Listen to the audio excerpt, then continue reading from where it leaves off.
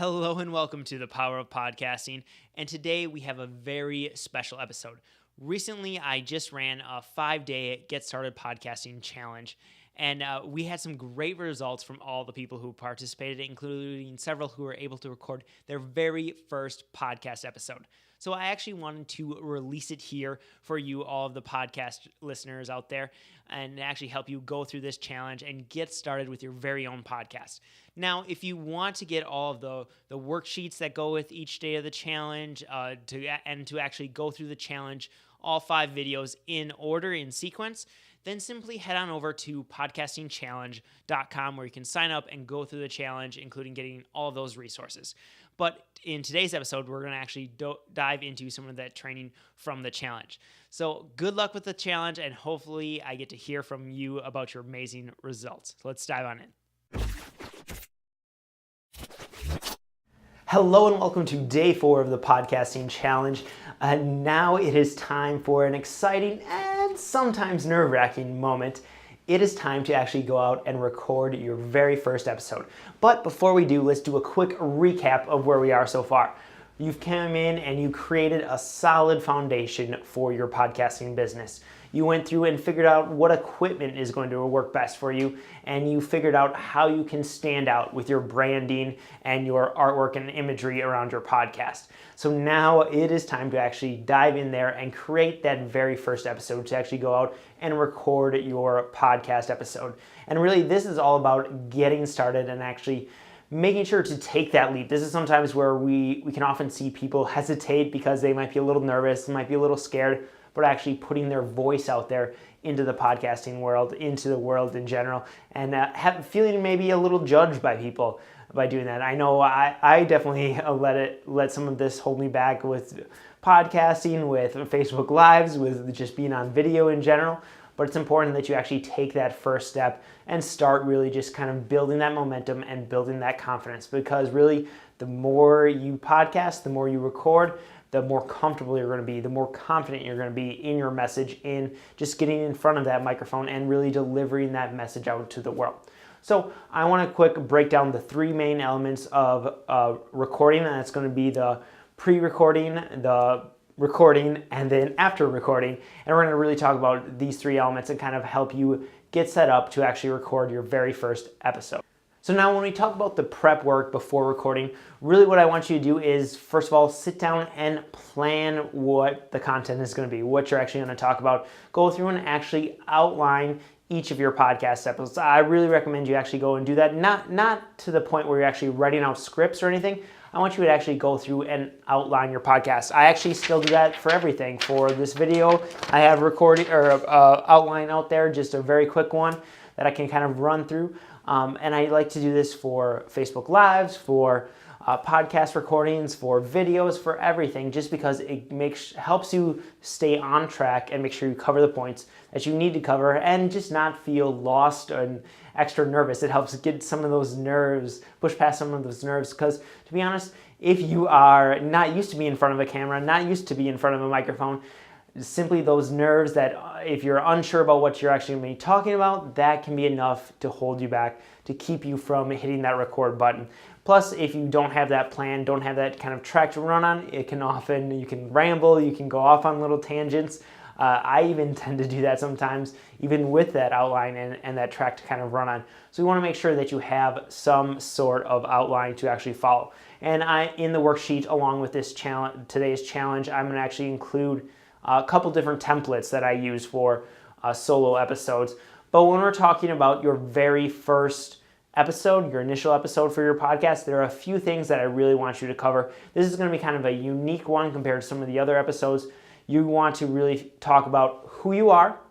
You want to talk about why you're talking about your podcasting topic, and then what people can expect moving forward. So really these 3 things. And the reason you want to do this is because this is going to be that very first podcast episode. And even as you get more and more podcast episodes, as you're up to episode 100, maybe even 200, 300, your very first episode is going to be one of the most listened to episodes. And I don't say that to just scare you or to hold you off or anything like that. It's perfectly fine to actually go out there and create the podcast episode right away at the get-go. But what you want to realize is that people are going to be jumping back to that episode to figure out where you started, to figure out who you are, why you're talking about this, and what to really expect from the podcast. So lay out those 3 things in that initial episode. And again, I will give you a few template options to kind of give you an idea of what a solo podcast episode should really look like. The next part of your prep work, you're going to actually want to go through and do a sound check. Make sure that things are going to actually sound good. So there's going to be a couple different things. If you are in studio, you're going to want to try and have everything as quiet as possible around you, especially in the room you're recording, but even outside the room, depending on how thick your walls are and what else is going on. For example, I like to always make sure that the air conditioner or heater is off. You don't want that extra noise kind of there, and just try and find a very quiet spot or as quiet as you can because that's going to help you get the best in-studio type of sound where it's just picking up your voice and not really any background static. Now, if you're on location, what you're doing there might actually be slightly different. You might be perfectly fine with having it. If you're on location, like say at a conference or a live event, and you mention that you're at this live event, actually having some of that background noise of people is going to be okay. It's going to be perfectly fine. But what you might want to do is actually test it out, test out the recording, do a trial recording just to make sure that it's not too much background noise. Because if things are too loud in the background, people are chatting too much, that can really distract and even draw away from your main content. So you want to actually test out any background noise that you might have when you're doing an on-location spot. And then really what you want to try and do with your sound levels is get them to as close to that, as high as they possibly can be without peaking. So without hitting that actual red line. If you have a digital recorder or if you're recording on your computer, you can kind of see where those peak marks are. You want to be close to that, but you never want to actually peak or go over it because then that really distorts your sound. So as long as you're getting as much volume as you possibly can without peaking, you're going to be perfect. And the final piece of our pre-recording is to actually get focused. You want to really kind of zone in and make sure you're focused and full of energy. Jump up and down if you need to, do a little power move or whatever it may be to actually help you get into that zone and really focus in and be super present for when you're delivering your content, whether that's an interview or whether that's, just you creating solo content. So you might want to stand up. I like to record actually at my standing desk because it has a little extra energy. Or maybe like I said, maybe you're jumping up and down, doing a little power move to get you in the right state. Whatever it may be, you want to make sure, maybe you're blaring, Eye of the Tiger or some sort of song that helps get you ready. Do whatever you need to do to get pumped up and get zeroed in, because that extra energy is going to be super important when delivering your content, because without that energy, especially in audio format, people can disconnect from it a little bit. So you want to make sure you have enough energy there that people are actually engaged with what you're creating. The next piece is going to actually be the recording process. After you hit that record button, when you're delivering your content, you want to work to do your best to be relaxed and just enjoy the actual process. That's actually going to help you create the most engaging content, is when you yourself are in a place where you're relaxed, where you're comfortable, and you actually are enjoying the recording and not super tense and all nervous and all scared. You just want to kind of let that naturally flow from you and just try and stay relaxed. Take big deep breaths if you need to, especially before you hit the record button, or even during if you need to occasionally, if you feel yourself getting nervous. Just kind of take a moment, breathe, even pause. You don't need to talk 100 miles an hour in order to keep things engaging and in order to keep people connected. You can actually slow down, take a breath, and just really enjoy the recording process is what your main focus should be. The next thing you're going to want to try and do while recording is to actually smile. The way you sound, the way your voice comes across, the energy that you have is very different when you're actually smiling than when you're frowning or when you're, just kind of keeping a straight, sullen face. So the more you can actually smile during the recording process, the better. So do your best to try and keep that smile there because it's just going to liven up your voice and the entire content that you're bringing. It's going to add more life to it, more energy, and that's exactly what you want with your podcast recording. And the final piece is to just keep going. It's likely you're going to make some mistakes. You're going to have some ums. But really, I want you to focus on, as much as possible, to think of this as live. Think of this as live to tape. So you're just kind of going and there's no edits that are happening. You're not stopping and restarting. Obviously, especially if you're not doing any sort of live streaming of this, you know that you can go back, you can edit things out. But for the most part, I want you to kind of put that off into your editor mind, and you'll actually be using that later. But really go through and just deliver amazing content, deliver content. If you mess up, just keep going, kind of roll with the punches. If you have a big mess up, you can always go back and edit that piece out later, but for the most part, try and just let it flow. That's gonna deliver you the most powerful podcast.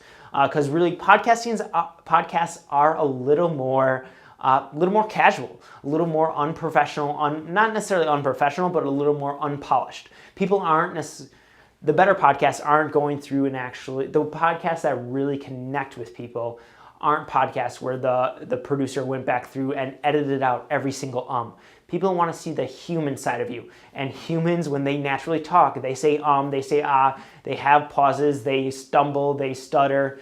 So it's okay. As long as it's not overly distracting, as long as you're not saying every other word or every other sentence, just leave it in there and just go with it. Keep flowing with the podcast. Just keep rolling. And now on to the after piece of a recording. Once you hit stop on the recorder, there are still a few things that you need to do, especially with this first one. And the first big thing you need to do is to actually go through and say there are some edit notes. Maybe Skype disconnected, or maybe something happened in your recording process where there's some edits that need to happen. I highly recommend taking some notes in some sort of like editorial document. Ideally, if you can get timestamps, awesome. But if not, just kind of make note that there is an edit that needs to be made in this recording that will significantly help you later down the road when you're actually in the editing process, especially if you like to do batch recordings, which I actually recommend that you kind of look at down the road, is actually creating, say, 8 episodes in one day in kind of one sitting. Don't worry about that right now. Just stick to the first episode. But getting in the habit of taking editorial notes of some sort will definitely help you out. Also, if you remember them, if you want to, if you're to help speed things up, you can take notes on maybe any resources that were mentioned, like any that need to be added to the show notes. So any URLs or things like that. That's also a great time to do that. Or you can actually go back through later on. For example, we have someone who goes through and listens to everything, trying to create the show notes just from there, so we don't have to worry about that right after the recording. But if you don't have that person, that might be a great time for you to actually go through and do that, because it's going to be fresh on your mind. You're going to know exactly what you talked about. The other thing you might want to do right after, say, doing an interview with someone, is to actually go through and record the intro and the outro. If you want to set up that interview, or if you want to add some extra feedback and kind of close it out, that is a great thing to do right after the recording of the interview, because it's fresh on your mind. You know what you talked about, and you won't have to go back through or look at any notes. You can just jump on in and record those intros and outros. So that's something I recommend you do right after hitting the stop button on your initial recording. The next thing you're going to want to do, and this is something, please make sure you do this one. This is not an optional one. I highly, highly, highly, highly recommend that you make sure you save the recording. Don't just leave it on your digital audio recorder. Don't just leave it on open on your desktop, or leave it in the camera or anything like that, or even leave it on your phone. I highly recommend that, 1, you make sure you save it in some fashion, and 2, I recommend that you have some sort of backup of the recording. For me, that is simply adding it to Dropbox, because Dropbox actually will create, with the business account I have, it'll allow me to go back and get versions if they happen to get deleted or anything like that. So be sure you have some sort of backup form, so it's not just sitting on a digital audio recorder or just sitting in GarageBand or wherever, but have some sort of backup file for that recording, because trust me, you don't want to have that feeling of where you recorded an awesome episode and then all of a sudden your computer crashes, or you accidentally reformat your digital audio recorder and everything is gone. So be sure to have some sort of backup. And I actually will, that's the thing, I will not leave the office until file is finished uploading, so I know it's up there and I know everything is backed up the way it should be. And then the third and final thing that I really want you to do, especially after this very first recording, is to go celebrate. Grab some bourbon, a glass of bourbon, grab some chocolate, or blare your favorite dance music, whatever it might be. Find some way to celebrate because you just recorded your very first podcast episode. Now, I'm not recommending that you grab a glass of scotch every single podcast recording, but this is your first one. This took some courage, it took some guts to actually go out there, and you made great progress just getting that first recording done. So be sure to celebrate that small win. It's something that a lot of entrepreneurs don't do enough of. We get so achievement minded that we skip over the celebration piece. And it's that celebration piece that helps build confidence. It's that celebration piece that helps build that momentum and keep you moving forward. So be sure to go celebrate. And then once you do, go into the Facebook group, find the post for today, and let us know that, yes, I recorded my very first episode. I definitely want to hear from you, so that is your task for day 4. Go record your first podcast and then let us know in the Facebook group, just letting us know, yes, I got my first episode done. And thank you so much for tuning into this episode of the podcast. Again, I just want to remind you, if you want to get all of the worksheets that go with each day of the challenge and actually go through the challenge in order, in the 5-day order, simply head on over to podcastingchallenge.com and you can sign up for the challenge there, and it'll be delivered over the next 5 days. So until next episode, it's time for you to go out there, take action, and maximize both your impact and your income.